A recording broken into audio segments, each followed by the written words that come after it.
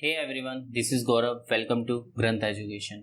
आज की वीडियो का टॉपिक है ओपिनियन राइटिंग। ओपिनियन राइटिंग क्या होता है? जब भी आप किसी प्रोफेशनल से रिटन में एडवाइस लोगे, उसी को ही ओपिनियन राइटिंग कहा जाता है। अब ओपिनियन राइटिंग क्या लिखा हुआ है? ओपिनियन राइटिंग एक प्रोफेशनल रिटन रिस्पॉन्स होता है जो क्लाइंट की इंस्ट्रक्शन पर दिया जाता है, और ये एक तरह की एडवाइस होती है जो कि राइटिंग में दी जाती है। ठीक है, और इसके अंदर क्या आगा साफ कहा गया है कि जो ये ओपिनियन दिया जाएगा उसमें एडवाइस होनी ही चाहिए। और प्रोफेशनल का ऐसा नहीं है कि सीधी सीधी एडवाइस दे देगा। एडवाइस के साथ साथ वो बताएगा कि जो ये मैं बता रहा हूँ, जो मैं एडवाइस दे रहा हूँ, उसके पीछे का रीज़न क्या है। ठीक है, उसके बाद अगर मैं मीनिंग देखूँ ओपिनियन राइटिंग का, अगर मैं कंक्लूजन निकालूँ, अगर जो ओपिनियन राइटिंग हमने पढ़ा है इसका कंक्लूजन निकालूँ, तो इसका मतलब क्या होगा? It means that professional advice एक तरह की प्रोफेशनल एडवाइस है जो कि इसमें है रिटन फॉर्म में है, और रिटन फॉर्म में है और given by the written form में है जो given by the professional person के द्वारा दी गई है, और प्रोफेशनल पर्सन के द्वारा दी गई है, और it is related to particular case, यानी जो ये एडवाइस है वो केस से रिलेटेड होनी चाहिए। और इसमें ये क्या है? It is not gives generally by telling them. Simply बस बता देना नहीं है, इसके पीछे रीजन भी देना पड़ेगा, आप ये एडवाइस क्यों दे रहे हो। और जो ये एडवाइस है ये it contains a legal points and provision. इस एडवाइस के अंदर लीगल पॉइंट्स एंड प्रोविजन भी कंटेन होने चाहिए, और सारे फैक्ट्स एंड सर्कमस्टांसेस को कंसीडर करने के बाद ही आपको एडवाइस देनी है। फिर आता है नीड फॉर लीगल ओपिनियन। हमें लीगल ओपिनियन की नीड क्यों पड़ती है? भाई, आपको बिजनेस का वैल्यूएशन निकालना है, ओपिनियन राइटिंग की जरूरत है। आपने कोई डॉक्यूमेंट्स के इंटरप्रिटेशन करनी है, ओपिनियन राइटिंग की जरूरत है, यानी लीगल ओपिनियन की जरूरत है किसी प्रोफेशनल से कि आपको समझा सके। आपको कोई केस करना है, कोई भी सिविल हो या क्रिमिनल हो, कोई भी केस को स्टार्ट करें इनिशिएट करें या ना करें, उसके लिए ओपिनियन राइटिंग चाहिए। आपको फॉरेन डायरेक्ट इन्वेस्टमेंट करनी है, उसके लिए ओपिनियन यानी लीगल ओपिनियन या ओपिनियन राइटिंग चाहिए। आपको एडवाइस चाहिए, एक तरह के प्रोफेशनल की एडवाइस चाहिए। कोई भी ट्रांजैक्शंस कर रहे हो उसके लिए चाहिए। आप क्या कर रहे हो कि ना किसी कंपनी में इन्वेस्टमेंट कर रहे हो, आप देखना चाहते हो कि जो टारगेट कंपनी है जिस कंपनी में इन्वेस्टमेंट कर रहे हो उसने कंप्लायंसेस कर रखे हैं, उसके लिए चाहिए। आप कोई प्लीडिंग ड्राफ्ट करने के लिए चाहिए, तो आपको केस करने से पहले ये देखना पड़ेगा, इसके फायदे और नुकसान देखने पड़ेंगे, उसके लिए भी आपको एक लीगल ओपिनियन यानी प्रोफेशनल की एडवाइस चाहिए होती है। ये वेरियस फैक्टर्स हैं। ठीक है, उसके बाद है फॉर्मुलेशन ऑफ लीगल ओपिनियन। जो फॉर्मुलेट कैसे, लीगल ओपिनियन को फॉर्मुलेट कैसे किया जाता है? देखो, सबसे पहले क्या होगा, सबसे पहले फर्स्ट पॉइंट क्या आएगा? पहले क्या आएगा? एक रिक्वेस्ट दी जाएगी, एक क्लाइंट के द्वारा रिक्वेस्ट दी जाएगी किसमें? रिटन फॉर्म में, कि मेरे को एडवाइस चाहिए। साथ में एडवाइस के साथ साथ वो अपने डॉक्यूमेंट्स भी साइन करेगा जिसके बेस पर आप एडवाइस देगा। और जो रिक्वेस्ट की जा रही है ना, उसमें कम से कम एक क्वेश्चन या नंबर ऑफ क्वेश्चन इन्वॉल्व होंगे जो कि लीगल एडवाइजर से यानी प्रोफेशनल्स को कहा जाएगा कि इसको एड्रेस किया जाए। एड्रेस का मतलब यहाँ पर उसको इन क्वेश्चनों को कंसीडर करो और मेरे को इसके बारे में बताओ कि मेरे को क्या करना चाहिए। एक तरह का आप क्वेश्चन, कोई भी डाउट जो क्लाइंट के माइंड में आ रहे हैं उसका आंसर देना पड़ेगा। सबसे मोस्ट इंपॉर्टेंट क्वेश्चन जो थर्ड पॉइंट के अंदर क्या करके सबसे मोस्ट इंपॉर्टेंट क्वेश्चन कवर होना चाहिए। क्या सबसे मोस्ट इंपॉर्टेंट क्वेश्चन है? एक कहीं पर भी आप केस लड़ने जा रहे हो या कोई भी एडवाइस लेने जा रहे हो, आप प्रोफेशनल से किसी, जैसे आप कंपनी सेक्रेटरी हो, आप अगर आपके पास कोई क्लाइंट आया, उसको सबसे मेन क्वेश्चन क्या पूछेगा कि मेरे को ये काम करना चाहिए या नहीं करना चाहिए, यानी ये मेरे लिए वाइबल है या नहीं है। वही है कि does the client have a good and viable case, ये क्लाइंट को ये केस लड़ना चाहिए या नहीं लड़ना चाहिए, इसके बारे में। इस क्वेश्चन को आप ऑनेस्टी और डायरेक्टनेस के साथ डील करोगे।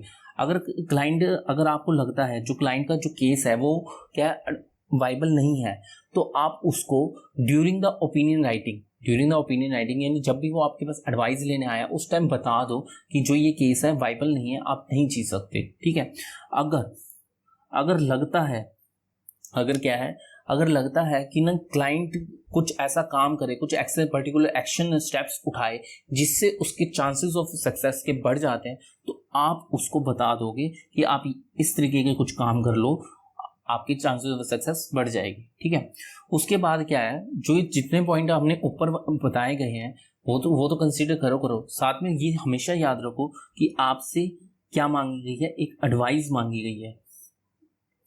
आपसे क्या मांग रहे हैं, एक एडवाइस मांग रहे हैं। रिमेंबर करो कि आपसे एडवाइस मांग रहे हैं, और एडवाइस मांग रहे हैं तो आपने उस एडवाइस को ड्राफ्ट करना है, लीगल ओपिनियन के रूप में एक ड्राफ्ट करके देना है। आपको ऐसा नहीं है कि आपने सारी बात सुन ली, आपने ऐसा नहीं होना चाहिए कि सारी बात सुन ली बस चुप करके बैठे हो आप, यानी सिटिंग ऑन द फेंस, एक साइड। ये नहीं है कि सुन के बैठ जाओ, सुन के बैठना नहीं है, आपको सारे के सारे प्रोज एंड कॉन्स देखने पड़ेंगे हर पर्टिकुलर कोर्स ऑफ एक्शन के, और किसी एक पर्टिकुलर पॉइंट पर आना पड़ेगा कि आपको केस लड़ना है या नहीं लड़ना, ये काम करना है या नहीं करना है। यस और नो में आपको बताना पड़ेगा कि आपको ये करना चाहिए या नहीं करना चाहिए। इसके साथ साथ आपको एक परसेंटेज ऑफ सक्सेस आपको स्टार्टिंग में ही बता देना चाहिए कि आपकी जीतने के चांसेस, आपके क्लाइंट की जीतने के चांसेस क्या हैं, आपकी एडवाइस के अकॉर्डिंग, आपकी ओपिनियन के अकॉर्डिंग, आपकी थिंकिंग प्रोसेस के अकॉर्डिंग कितने चांसेस हैं, आप स्टार्टिंग ही बता दो। फिर उसे प्रोसेस ऑफ लीगल ओपिनियन, जो प्रोसेस है लीगल ओपिनियन का, यानी जो ड्राफ्ट किया जाता है लीगल ओपिनियन का, उसको क्या कर रहा है, 3 प्रोसेस में हमने डिवाइड कर दिया। सबसे पहला है mental attitude, second is a thinking process, और third is a writing process. अब मेंटल एटीट्यूड क्या है, अब मेंटल एटीट्यूड में ये देखो कि ना, आप प्रोफेशनल पर्सन हो, इफ फॉर एग्जांपल अगर आप किसी वकील के पास गए, तो आप वकील, ऐसा कौन सा वकील चूज करोगे जो फ्रेशर है या जो एक्सपीरियंस होल्डर है?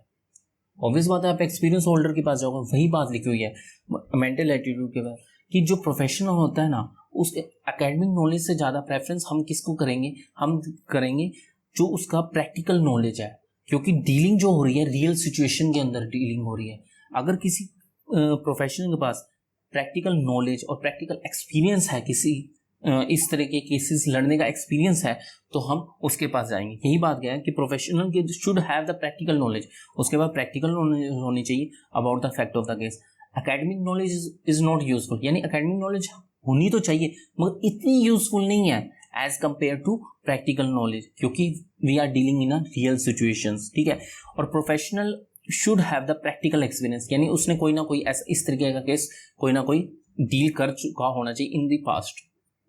उसके बाद आता है मेंटल एटीट्यूड। ये मेंटल एटीट्यूड जो होता है ना, हम डिवेलप भी कर सकते हैं। हमें 4 प्रिंसिपल माइंड के अंदर रखने पड़ेंगे मेंटल एटीट्यूड को डिवेलप करने के लिए। सबसे पहले क्या है, हमेशा ध्यान में रखना पड़ेगा कि हम रियल सिचुएशन से डील कर रहे हैं। फिर क्या है, हमें फैक्ट्स, लॉ से ज़्यादा फैक्ट्स को इंपॉर्टेंस देनी पड़ेगी। और फिर क्या है, लॉ, हमारा जो माइंड में ये होना चाहिए, जो लॉ का जो लास्ट मोटो होता है ना, जो लास्ट मकसद होता है, वो क्या होता है, एक जस्टिस देना होता है। माइंड में रखो कि जस्टिस दिलाना है हमने। और फिर और हर क्वेश्चन का, हर जो क्लाइंट आपसे कुछ भी पूछे, कुछ भी उसके डाउट्स हैं, उसके हर क्वेश्चन का आप जवाब दोगे, ठीक है। अब एक थिंकिंग प्रोसेस, जो थिंकिंग प्रोसेस होता है ना, बहुत ही इंपॉर्टेंट होता है एक लीगल एडवाइस देने के अंदर। ये आपको ध्यान रखना पड़ेगा। कैसे, देखो इसके कुछ पॉइंट्स हैं। क्या कहता है, पहला है read and digest your instruction, यानी जो क्लाइंट ने आपको इंस्ट्रक्शन दी है, ठीक है, जो भी उसने फैक्ट्स बताए हैं, आप क्या करो, सबसे पहले सारे फैक्ट्स को आप कंसीडर करो, पढ़ो, अच्छी तरह ध्यान से पढ़ो। उसके बाद एक्ट करो, यानी प्रोफेशनल एक्ट करेगा, यानी काम करो किसके according, as per the instruction of the client. जैसा कि क्लाइंट ने आपको इंस्ट्रक्शन दे रखी होगी उस तरीके से आप काम करो।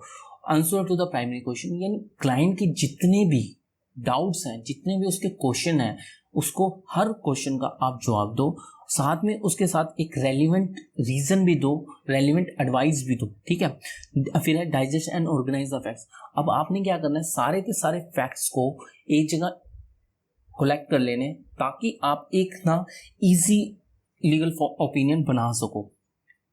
फिर है construct the legal framework. Construct the legal framework में क्या है, आप सर क्या जो आपका केस है उसमें कौन सा लॉ एप्लीकेबल है, कौन सा सेक्शन आ रहा है, कौन से प्रोविजन एप्लीकेबल हो रहे हैं, ये देखो। साथ में इससे सेम केस कोई पास्ट में जैसे कहीं पर कोई अर्लियर जजमेंट आई है, उसका रेफरेंस भी नोट डाउन कर लो। फिर है look at the case as a whole.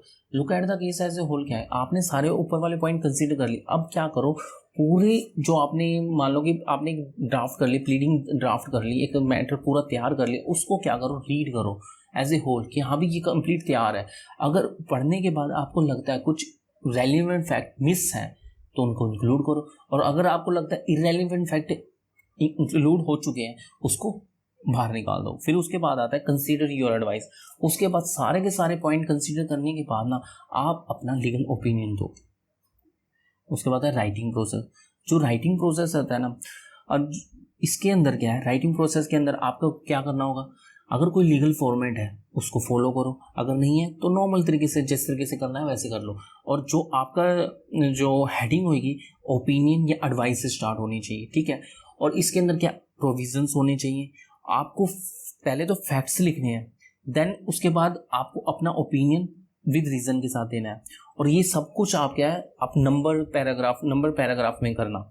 उसके बाद जो लास्ट पॉइंट है, जब आप कंक्लूड करोगे क्या आपके लीगल ओपिनियन में, आप अपना कंक्लूजन दोगे कि हाँ भी मेरे हिसाब से ये हो सकता है, साथ में आप ना कुछ एक्शन पॉइंट्स बताओगे क्लाइंट को। अगर आप इस एक्शन पॉइंट्स को फॉलो करते हो तो आपका जो जीतने के चांसेस है, जो सक्सेस रेट है वो बढ़ जाएंगे। तो आपको ये भी बताने पड़ेंगे, ठीक है। Thank you for watching, please give your valuable feedbacks. Thank you.